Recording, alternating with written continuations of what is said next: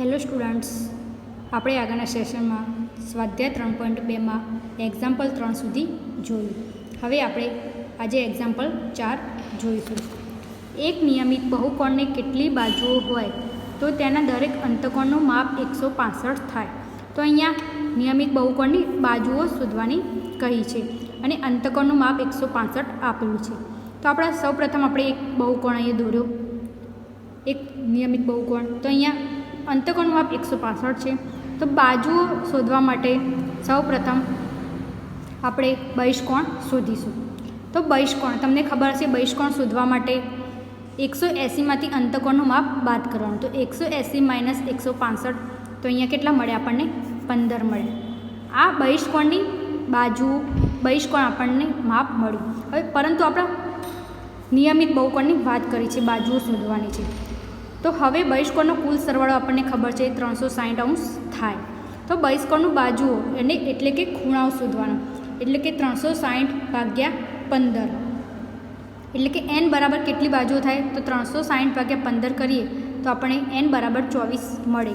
એટલે કે બહુકોણને 24 બાજુઓ હશે એવું આપણે કહી શકીએ.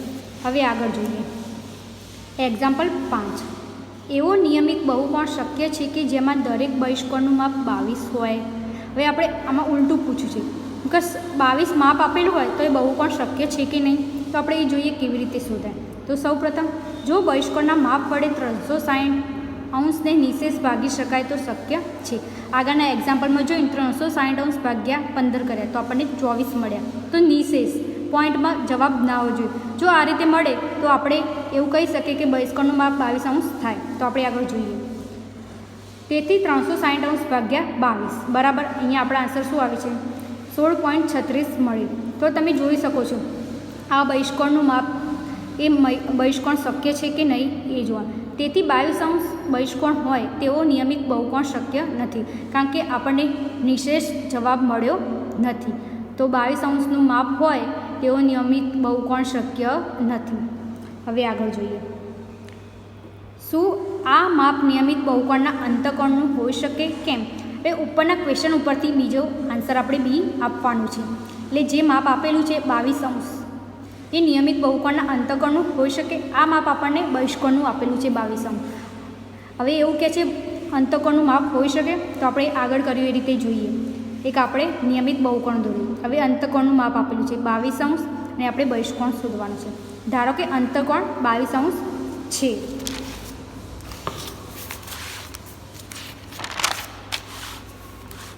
તેથી બહિષ્કોણ આપણે માપ શોધવા માટે બહિષ્કોણ શોધવા શું કરતા હતા? 180માં જે માપ અંતકોણનું આપેલું હોય એ બાદ કરવાનું.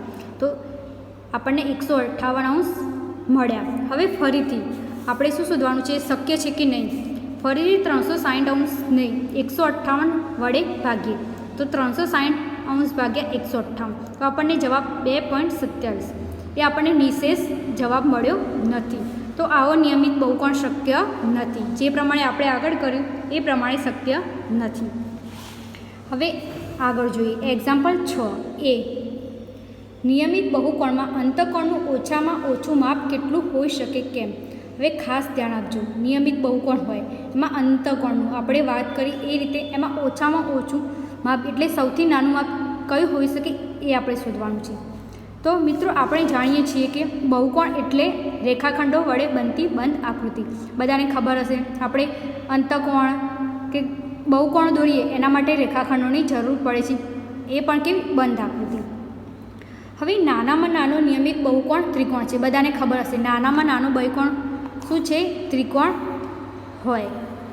આ બહુકોણ આપણે ત્રિકોણ દોર્યું. પછી આનાથી મોટો તો કોઈ નાનો મળે નહીં, કારણ કે બધા રેખાખંડો બંધ આકૃતિથી હોય. પછી 4 એટલે ચતુષ્કોણ એ તો આવે ને, એ તો મોટો થઈ જાય. તો હવે ત્રિકોણ આપણે નાનામાં નાનો બહુકોણ કહેવાય. તો ત્રિકોણના ત્રણેય ખૂણાના માપનો સરવાળો 180° થાય એ બધાને ખ્યાલ જ છે. તેને 3 વડે ભાગતા અંતકોણનું ઓછામાં ઓછું માપ 60° મળે. હવે આગળ આપણે 360 વડે જે ભાગતા હતા એ રીતે અંતકોણો અહીંયા 180° થાય છે. તો 180° ભાગ્યા આના કેટલી બાજુ? 3 બાજુ અને 3 ખૂણાઓ છે. તો 3 વડે ભાગીએ તો એનું માપ કેટલું મળે? 3 × 6 = 18, એટલે 60°. એટલે ઓછામાં ઓછું માપ 60° મળે. હવે 60 મળ્યું તો કોઈ પણ બહુકોણમાં 60થી નાનો ખૂણો હોઈ શકે જ નહીં. તો આપણા ખૂણાઓ અહીંયા થયા એની બાજુ, તો બધા ખૂણાનું માપ 60°, 60°.